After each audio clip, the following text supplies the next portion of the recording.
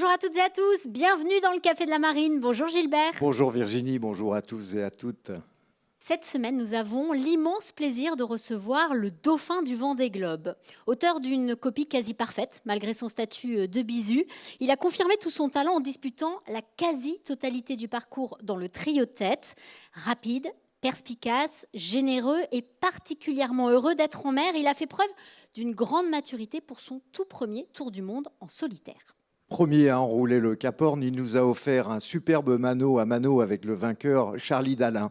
Et si les passionnés ont déjà hâte de le revoir dans une prochaine édition, l'heure est à la récupération. Malgré le besoin de couper un peu, il a accepté de revenir avec nous sur cette première expérience en solo autour du globe. Johan Richomme est avec nous, on l'applaudit. Bienvenue Johan. Bienvenue Johan. Bonjour à tous. Bienvenue dans ce Café de la Marine que tu connais bien. Tu es un fidèle du café. 6 semaines se sont écoulées depuis ton retour. C'était le 15 janvier dernier. On va revoir les images de ton passage de ligne. Alors, ça a été une magnifique arrivée, beaucoup d'émotions. Ça a été intense aussi, le retour à terre. Tu as enchaîné, il y a une grosse tournée médiatique. La grippe ne t'a pas épargné. Tu disais même, je crois, avoir eu un petit coup de blues post-Vendée Globe. Rassure-nous, tout va bien. On sent que tu as le sourire, en tout cas, aujourd'hui. Ah ouais, je suis plus le même qu'il y a un mois, ça c'est sûr. J'ai réussi à récupérer et ça c'est quand même la bonne nouvelle. J'avais peur que ça traîne. Ouais, mais du coup je m'étais bien préparé aussi et c'est d'autant plus satisfaisant d'avoir vu venir le coup et d'être quasiment au top aujourd'hui, un mois et demi après l'arrivée. Alors justement, Charlie, juste après l'arrivée, il disait avoir eu quelques séquences de somnambulisme. Il avait pensé avoir oublié de virer de bord, il t'avait même cherché. Ce sont des petites choses qui te sont arrivées ou tu es revenu à un sommeil paisible assez rapidement? Ah ouais, très rapidement, ouais. Non, j'ai pas ces trucs-là. D'ailleurs, j'ai pas trop pensé bateau pendant je sais pas combien de temps, plus d'un mois quasiment. Donc c'était vraiment agréable. Pour une fois, j'avais le cerveau à vide. Et voilà, c'est plus trop le cas, dommage. Ouais, tu avais évacué, en fait, tu as pris aussi un peu de vacances à la montagne avec tes enfants. Tu as le sentiment d'avoir retrouvé de l'énergie. Si tu devais situer ta fatigue aujourd'hui sur une échelle de 1 à 10? Elle serait plutôt à 1 parce que je me lève, je bondis du lit le matin à une heure très correcte. Je fais pas de sieste la journée et je peux me coucher tard sans problème. Parce qu'on dit qu'il faut longtemps pour récupérer. Même une solitaire du Figaro, il fallait un mois et demi facile. Et là, c'est revenu vite. Ouais. Alors après, ce que je disais à l'instant, c'est on a tout soigné, de la nutrition. J'ai commencé les compléments alimentaires pendant la course avant d'arriver. Alors, est-ce que la grippe a aidé? Est-ce qu'une semaine clouée dans ton lit, est-ce que ça aide pas à récupérer d'un Vendée Globe? Et du coup, est-ce que c'est pas une bonne méthode? T'étais tranquille au moins. Ouais, j'étais tranquille, surtout que les filles l'ont fait. Enfin, on a enchaîné 3 semaines de grippe chez nous, c'était passionnant. Finalement, c'est 3 semaines à la maison au repos forcé, c'est pas si mal pour récupérer. Exactement. Alors, le bateau, lui aussi, il est au repos. Il est rentré à Lorient pour un chantier. Même si vous avez beaucoup tiré sur les machines, finalement, ce bateau, il est en très très bon état. Ça, c'était l'une des grandes satisfactions de tout le boulot effectué avec l'équipe. Alors ça, c'était la partie visible, en tout cas, alors, au port. Qu'est-ce qui se passe après, c'était... on découvre forcément un petit peu en démontant, mais globalement, c'est hyper satisfaisant. Je pense que globalement, le Vendée Globe a été moins dur que certaines de nos transats de préparation. Tu disais pas avoir eu de gros vent fort. Ouais. En fait, il faut pas longtemps de très fort pour endommager un bateau. On l'a vu sur la New York Vendée. On a une session qui dure moins de 10 heures de près et c'est là où on fait beaucoup de dégâts, nous, sur le nôtre. Et là, ça n'a pas été fort parce que j'ai pris 2 tempêtes dans tout le tour du monde. Une au Kerguelen et une au large de l'Argentine en remontant. Et j'ai pris 2 fois des rafales à 40 nœuds, en gros, une à la Corogne et une au Kerguelen. Donc, je pense que c'était plutôt soft comme tour du monde. Il y en a qui ont pris un peu plus fort dans ce tour du monde et qui n'ont pas été épargnés. Sans détailler vraiment le programme, parce qu'on va y revenir un peu plus tard, mais le rythme a repris, ça y est, on le disait tout à l'heure, les réunions, le chantier. Il faut déjà se projeter sur la saison, c'est déjà reparti, c'est un peu rapide quand même. Il faut se projeter. Alors, ce qu'on avait fait, on avait déjà fait un gros boulot avant de partir, une bonne partie de la planification de la saison. Mais effectivement, il faut revenir pour un peu nourrir tout le monde de notre retour et de notre vision, de nos envies pour la saison à venir. Alors on va le voir plus tard, mais on change complètement de registre. Et donc c'est un moment passionnant où justement on va attaquer un nouveau chapitre du bateau. Et voilà, donc il y a cette énergie à donner à tout le monde. Et il y a beaucoup d'attentes. Et ça, c'est pas évident quand tu reviens du Vendée Globe, c'est d'être capable de un peu de donner le tempo, de ressortir toutes nos sensations, nos envies, ou d'avoir un avis sur tout en fait. Enfin voilà, donc ça c'est compliqué et c'était usant jusqu'au moment de partir en vacances effectivement d'être dans ce registre de débriefing permanent avec tout le monde. Alors Johan, on va revenir à ta superbe performance, à cette deuxième place derrière Charlie en 65 jours et 18 heures. Avant le départ, tu as dit que forcément tu aurais signé pour un tel résultat. À l'arrivée, eh bien, tu avais le sentiment, tu l'as dit, d'avoir rendu une belle copie et cela t'inspirait une certaine fierté. Avec un petit peu de recul où on commence sans doute à analyser plein de séquences, est-ce c'est le même état d'esprit ou est-ce que tu as identifié des petites erreurs? Par rapport à la course, ça n'a pas changé. Je reste super fier de ce qu'on a fait. On est quand même passé pas très loin de gagner le Vendée Globe, à un bon groupe de nuages près. Je pense que la donne pouvait être différente. Et d'ailleurs, l'analyse n'est pas si simple une fois qu'on rentre dans les détails. N'est pas si simple que ça. C'est pas des regrets, mais disons les constats un peu négatifs remontent forcément, mais plus sur un constat du bateau, de ce qu'on a fait, de certaines décisions, de façon d'avoir géré un peu la technique bateau, on va dire. Alors je dis que c'est des constats négatifs et pas vraiment des regrets parce qu'en fait on est parti de zéro, on a été tête baissée. Oui, c'était une feuille blanche. Ouais, et c'est pas simple de monter une équipe d'expérience. Alors on se compare beaucoup avec Massif, qui lui bénéficie d'une équipe dont le passif en IMOCA remonte quasiment au projet de Michel Desjoyaux. Il y a 2 ans, toi. Oui, et avec des gens avec qui on n'avait pas travaillé. Donc on s'est bien rendu compte que voilà, il y avait des méthodes qu'on n'avait pas, il y avait des sujets qu'on n'avait pas pu aborder, des sujets qu'on n'a pas traités comme on l'aurait souhaité. Malgré tout, on a joué la carte de la fiabilité. On n'a pas le bateau. On n'a pas eu le bateau au niveau de performance qu'on aurait pu avoir si on avait eu un passif ensemble. Ça, on le sait aujourd'hui, mais bon, on ne peut rien y faire et donc on essaye de s'en occuper pour l'avenir. Et finalement, ce sera plein d'expériences. C'est vrai qu'on rappelle quand même que tu étais le bisu le plus redouté. Ça fait que 2 ans et demi que c'est sur ce circuit IMOCA. Et toute cette expérience que tu as engrangée, tu t'es parti quand même de la peur de rater ton Vendée Globe à une copie très réussie que tu vas pouvoir améliorer. Oui, exact. Ouais, tu as raison de dire ça. Ça faisait partie des éléments de préparation en amont, notamment en préparation mentale, de savoir, de pouvoir ou d'espérer pouvoir gérer un Vendée Globe raté. Puisque en fait sur une petite décision ça pouvait vite devenir une contre-performance. Alors décision qui était venant de moi, navigateur on va dire à bord, mais qui pouvait être une décision aussi technique du bateau où quelque chose aurait pu être inutilisable et nous causer une perte de performance importante. Voilà. Alors malgré tout, ça s'est pas passé comme ça et ça c'est assez génial. Mais il y a plein d'éléments en tout cas qu'on avait préparés qui m'ont été super utiles et j'avais peur d'avoir on va dire un mauvais état d'esprit ou d'avoir des gros coups de mou dans ce Vendée Globe, ce qui a été le cas une fois ou deux, mais relativement peu souvent. Et j'avais plein d'outils de préparation mentale que j'ai même pas utilisés parce que j'ai pas eu besoin. J'ai été vraiment dans un état d'esprit assez positif. Ouais.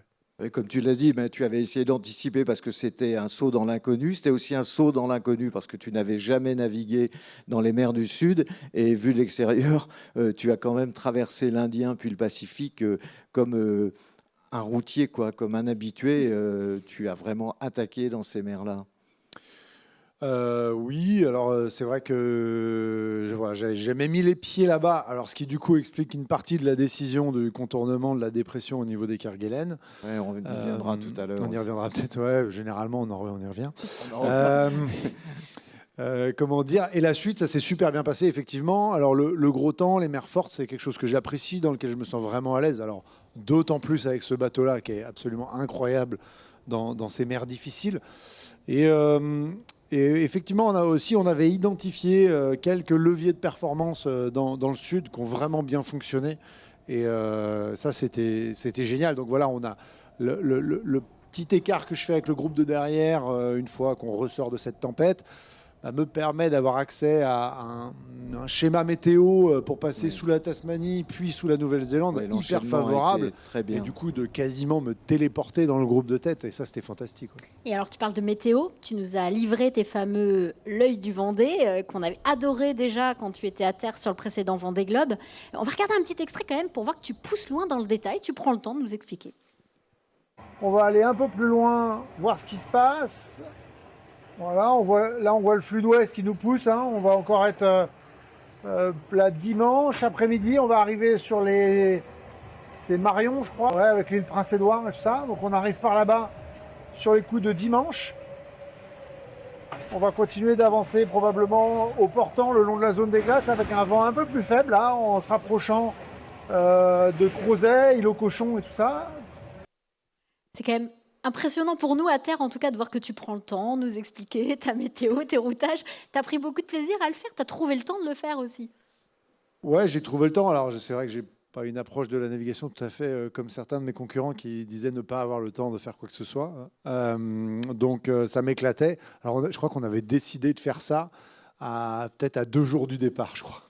Donc, les filles m'ont aidé à trouver des angles. On s'est dit, OK, on va filmer comme ça. Du coup, j'ai dit à un de mes techniciens, Paul, vas-y, trouve-moi un logiciel pour faire de la capture d'écran. Le machin, on a improvisé le truc. Excellent. Mais ouais, voilà, j'en avais la volonté, j'avais envie de partager. Je me disais qu'il y avait une possibilité d'y arriver. Et puis, voilà, c'est vrai qu'on passe de longues heures devant l'écran. Donc, bon, prendre 3 minutes, parce qu'en fait, j'arrive à le faire assez rapidement. Donc, à part un petit défilé dans ma tête de 30 secondes, après, j'arrive à juste, je le freestyle direct et puis j'envoie ça. C'était très chouette, en tout cas. Ça nous a régalé et ça a permis de bien comprendre. Alors, tu as confié récemment aussi que les vidéos, finalement, elles pouvaient donner une illusion trompeuse, quoi. Que les skippers s'efforcent d'être joyeux, de ne pas faire la gueule, certes, pas tous. Hein. Tu essayais de ne pas afficher tes états d'âme, tes coups de mou. Mais justement, est-ce que tu es conscient que c'est toi qui as renvoyé, tu étais toujours souriant, qui a renvoyé cette image de perfection, voire de facilité ? Alors oui, forcément, mais du coup, ça revient à ce que tu as lu de mes commentaires. On ne me voit qu'à travers le spectre de ma caméra et de ce que je veux bien vous montrer. Oui. Alors, ceux qui me connaissent à côté, voilà, je suis comme toute personne normale. J'ai des travers, j'ai des coups de mou. Voilà. Et d'ailleurs, en fait, on me demande souvent, ouais, t'étais joyeux, tout ça, machin. Ouais, en fait, quand je faisais la tronche, j'envoyais pas de vidéo, c'est voilà, tout. Ouais. Et comme j'avais pas une équipe de com qui me disait aujourd'hui, t'as pas envoyé ta vidéo ou quoi. En fait, j'étais assez libre. Donc, je crois que, tu vois, quand Charlie il me double, je pense que je fais pas de vidéo pendant genre 4 jours ou 5 jours. Genre, ça me saoule, j'ai rien à raconter. Et du coup, j'en fais pas. Donc, voilà. Donc, c'est... Ouais. C'est vrai qu'on remarque que dans ces cas-là que t'en fais pas trop. Mais Charlie aussi, il y a eu ces moments où il en faisait pas trop. Charlie, c'est pas mince, alors bizarrement il communique plus trop. Il y avait une petite concentration des deux. Mais tu as quand même véhiculé beaucoup d'énergie positive et ça c'était un bonheur. Merci. On va revenir quand même sur les temps forts de ce tour du monde et notamment, on le disait tout à l'heure, cette remontée au nord pour la première grosse dépression dans l'Indien. Et tu l'avais expliqué d'ailleurs à ce moment-là, c'était un choix de la raison parce que tu ne te sentais pas, compte tenu de ton expérience, d'aller au devant de cette dépression. Voilà, tu l'as regretté pas trop longtemps parce que tu es bien revenu derrière, mais j'imagine que à un moment ça a été très dur de voir les autres partir devant. Oui, alors quand j'arrive au nord, du coup, que j'ai fait le décalage, que eux ont commencé à très largement nous distancer. Là, j'ai un gros coup de mou, effectivement, pas très plaisant. Et après, tu tartines, hein, tu reviens bien. Ouais, ça revient pas mal, ouais, effectivement. On voit pas les bateaux de derrière là, quand même, mais ils sont là. Voilà, donc moi, en fait, cette dépression arrive, on la voit venir depuis longtemps, il n'y a pas de problème. Donc déjà, je trouve le moment un peu, le cut, le dernier moment pour me dire, OK, là, je bifurque si je veux pas y aller. Peut-être je décide un peu tard et du coup, je suis pas vraiment dans mon optimal. Toujours est-il que je me sens pas de gérer la trajectoire d'une dépression qui, même pour une dépression du Sud, reste quelque chose d'assez costaud. Hein. On n'en revoit pas comme ça d'ailleurs dans le Vendée Globe après. Au Kerguelen, ils ont pris 99 nœuds. Autant dire que je sais pas ce que ça donne dans un bateau comme ça, dans une mer de 99 nœuds. Mais je ne veux pas savoir. Et puis, il ne faut pas casser. Voilà, il ne faut pas casser. Voilà, donc, je ne me rendais pas compte. Et je voyais bien qu'on allait être coincé entre son centre et la zone des glaces. Je ne voyais pas trop l'escape. Voilà, je me dis... Enfin, voilà, je ne le sentais pas. Je n'avais pas la connaissance, l'expérience de pouvoir me dire, OK, je vais me mettre là dans le sud. Quelle était la vérité de sa trajectoire? Quelle était la vérité des conditions qu'on allait rencontrer à cet endroit-là? J'avais pas assez d'éléments. Je suis tout seul sur mon bateau, je le rappelle aux téléspectateurs.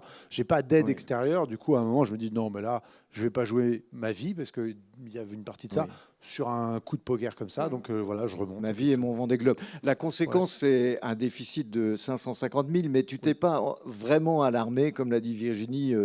Après, tu as tartiné en mode Figaro et bien servi par les conditions météo.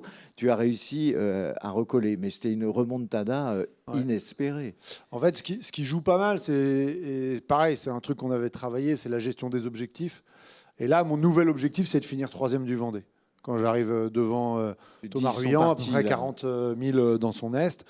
Et voilà. Et donc là, je me dis, OK, bah là, lui, il faut que je lui en colle un paquet. Et en fait, en lui collant un paquet, je me crée l'opportunité de revenir sur ceux de devant. Voilà, c'est un enchaînement heureux. Et tu t'es créé le luxe de passer le Cap Horn en tête le 23 décembre. On va revoir ce moment parce qu'on parlait de ton bonheur communicatif. On le ressent vraiment. On a fait le Cap Horn, quoi. En tête.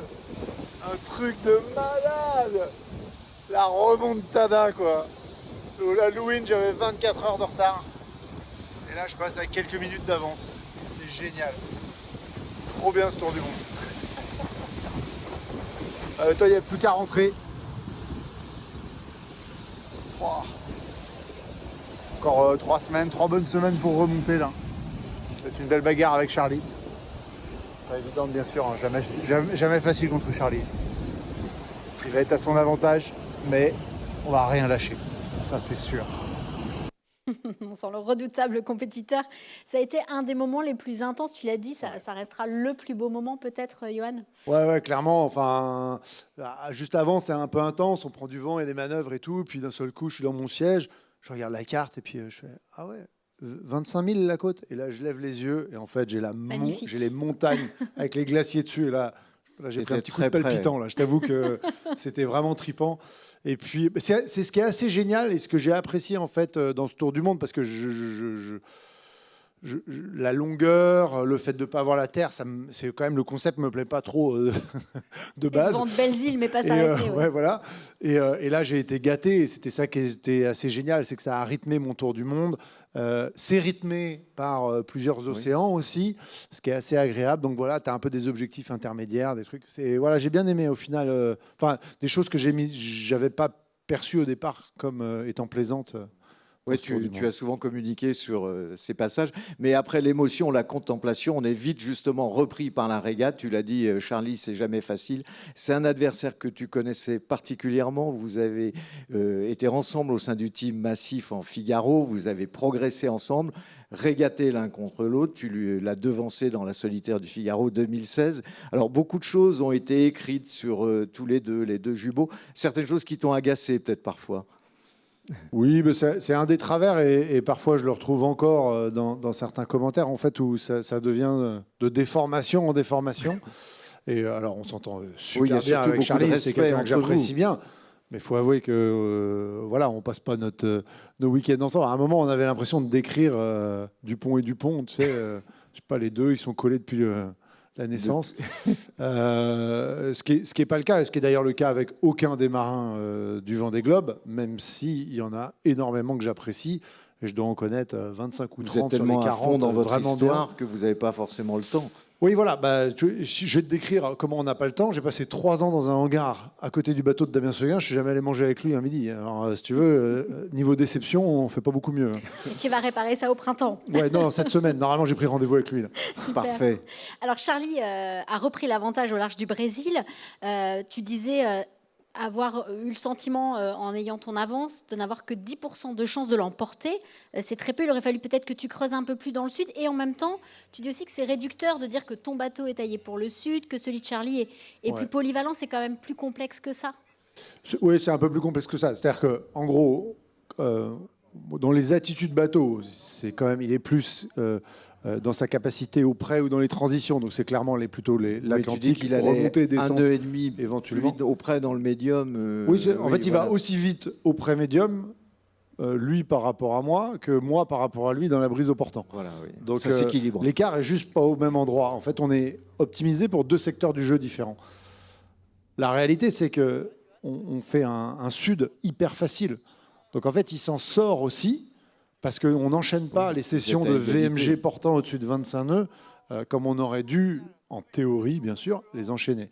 Et en fait, la fin du Pacifique se joue justement au portant dans à peu près ce vent-là, 25-30. Et je devrais pouvoir le distancer. Sur les routages initiaux, c'est le cas. Et en fait, moi, je bute dans la molle en arrivant proche de l'Amérique du Sud. Et donc, on maintient un écart qui est faible. Et donc, 9 minutes. Et au final, tu l'as dit tout à l'heure, ça s'est peut-être joué justement à peu de choses, à des détails au large du Brésil, des nuages. Tu es entré le premier dans cette zone. Oui. Alors déjà, entre le Cap Horn et cette zone, j'arrive à lui mettre 130 000, ce qui déjà, j'ai trouvé à peu près surprenant. Parce que c'est du reaching mer plate, il y a une grosse zone de transition, etc. Enfin, donc là, je récupère une avance qui devient correcte, 130 000. Et effectivement, là, je me colle dans un nuage. J'ai jamais eu les conditions. Hein. Si vous rejouez le tracker, vous regardez les 2 traces des bateaux. Moi, je fais que des oscillations. J'arrive jamais à décaler vers là où je veux. Et lui, il passe comme une crème en contournant mon bateau à 10 000. Alors, on va revoir le moment où vous êtes retrouvés au ponton et cette belle accolade, beaucoup de respect entre vous. On t'a entendu lui dire quand même, par contre, tu ne viens pas nous faire chier la prochaine fois. Ça, on l'a bien noté. Ouais, parce que ce malin, qu'est-ce qu'il m'a dit? En fait, le soir d'avant, je l'ai appelé pour son arrivée quand même. Et là, il me dit, qu'est-ce qu'on va aller faire d'autre que de l'IMOCA donc, moi, je vais continuer. Je dis ah ouais d'accord. Et t'en veux encore. Non mais et là-dessus mais c'est marrant, mais on partage la même analyse. C'est-à-dire que en fait on n'a pas envie d'aller dans une autre série. C'est une série qui est absolument passionnante, avec des bateaux géniaux, avec un niveau génial et voilà, et avec un circuit. Enfin ça fonctionne et top. Et donc on a encore l'âge de jouer avec ces jouets-là. Tu avais tellement bien préparé ce Vendée que tu as dit que ça n'a pas été finalement un saut dans l'inconnu. Mais Johan, tu as forcément quand même appris des choses nouvelles sur toi dans ce tour du monde. Oui, forcément. Alors là, avec le recul, c'est un peu plus facile de répondre que direct après l'arrivée du Vendée. Mais notamment, oui, sur le plaisir pris en mer. C'est vrai que j'ai toujours eu un peu de mal à vivre en mer. Et d'ailleurs, dans mes 3 premières semaines, il y a des phases pas évidentes. Mais ça s'améliore avec les années. Et voilà. Et donc là, j'ai été étonné. Effectivement, je pensais être beaucoup plus dans la souffrance, détester beaucoup plus cet exercice, ce qui n'a pas été le cas. Et là, pour le coup, les vidéos le montrent, puisque je ne fais pas non plus un jeu d'acteur. C'est la vérité que j'essaye de montrer. Et donc voilà, c'était plutôt plaisant. Et c'est ça qui est assez génial. Et c'est peut-être aussi pour ça que je récupère aussi vite, etc. C'est que ça m'a globalement plu et ce challenge reste quelque chose d'absolument incroyable à réaliser. Et on a le sentiment qu'il y a l'envie déjà d'y retourner. Avant ça, là, il y a une saison extrêmement dense qui arrive et tu le disais, une saison très excitante aussi. Alors, il y a la Fastnet, il va y avoir la Transat Café L'Or, la nouvelle Transat Jacques Vabre, et puis aussi tu fais l'Ocean Race Europe. Beaucoup de choses. Beaucoup de choses, et encore, on ne fait pas tout, parce que le programme IMOCA est complété par une Guyadère Bermude et un tour des îles Britanniques à partir de Boulogne, je crois, que l'on ne fera pas, parce que là, ça fait vraiment trop. Par contre, effectivement, on commence au Fastnet fin juillet. On monte le bateau par la mer du Nord, tour de Danemark à Kiel, et là, tour d'Europe, Kiel, Portsmouth, Carthagène. Une étape en France qu'on attend toujours. Si quelqu'un peut signer le contrat, ça nous arrangerait. Et Gênes est terminé dans les Bouches-de-Côte-d'Or au Monténégro. Donc un voyage assez fantastique, bien plus grand que la dernière fois. On n'avait fait que 3 étapes, je crois, avec Mirpuri en 2021. Et après, il y a une transat en double. Tu as ton coéquipier ? Ouais, j'ai trouvé, ouais. J'ai choisi. Bon, j'ai choisi. Tu as signé, mais juste avant, pendant le début du Vendée Globe. Avant, c'était Yann Eliès, mais et j'étais extrêmement déçu de lui annoncer que ça allait pas être lui, mais voilà, pour d'autres raisons, on a décidé de changer, alors qu'il a fait un boulot absolument fantastique, et on est devenus plutôt très potes et plutôt très proches. On s'apprécie bien, et il a été très apprécié de l'équipe. Il a fait un travail excellent. Mais tu ne diras pas le nom. J'avais d'autres arguments. Du nouveau. Alors cette transat, ce sera la dernière de ton bateau. Il y a un nouveau projet qui est lancé. Pas encore techniquement, mais voilà, on attend la réponse, j'espère, dans les prochaines semaines, mois. Voilà, il y a beaucoup d'éléments à coordonner, hélas, mais par contre, nous, on est prêts à faire feu. Ouais, c'est sûr. Ça pourrait être un compromis entre ton bateau et celui de Charlie. Ouais, ça, c'est l'analyse de base de tout le monde, effectivement. Voilà, mais oui, parce que les deux ont deux comportements super. Forcément, qu'est-ce que tu as envie de perdre de l'un ou de perdre de l'autre? Voilà, je ne sais pas très bien encore. Voilà, ça sera un travail avec les archives. C'est bientôt dans les tuyaux. Bon, on n'aura pas plus d'infos. Merci, Johan. C'est la fin de ce Café de la Marine. Un immense merci d'avoir été avec nous. Bonne chance pour cette nouvelle saison qui s'annonce. On te suivra évidemment avec beaucoup de plaisir. Repose-toi bien quand même. Prends le temps encore de continuer à récupérer avant cette saison folle qui s'annonce. Ça fait beaucoup de navigation, tout ça. Donc voilà, mais ça va être sympa à suivre. Merci. Bye bye. Merci, Johan. Merci à tous.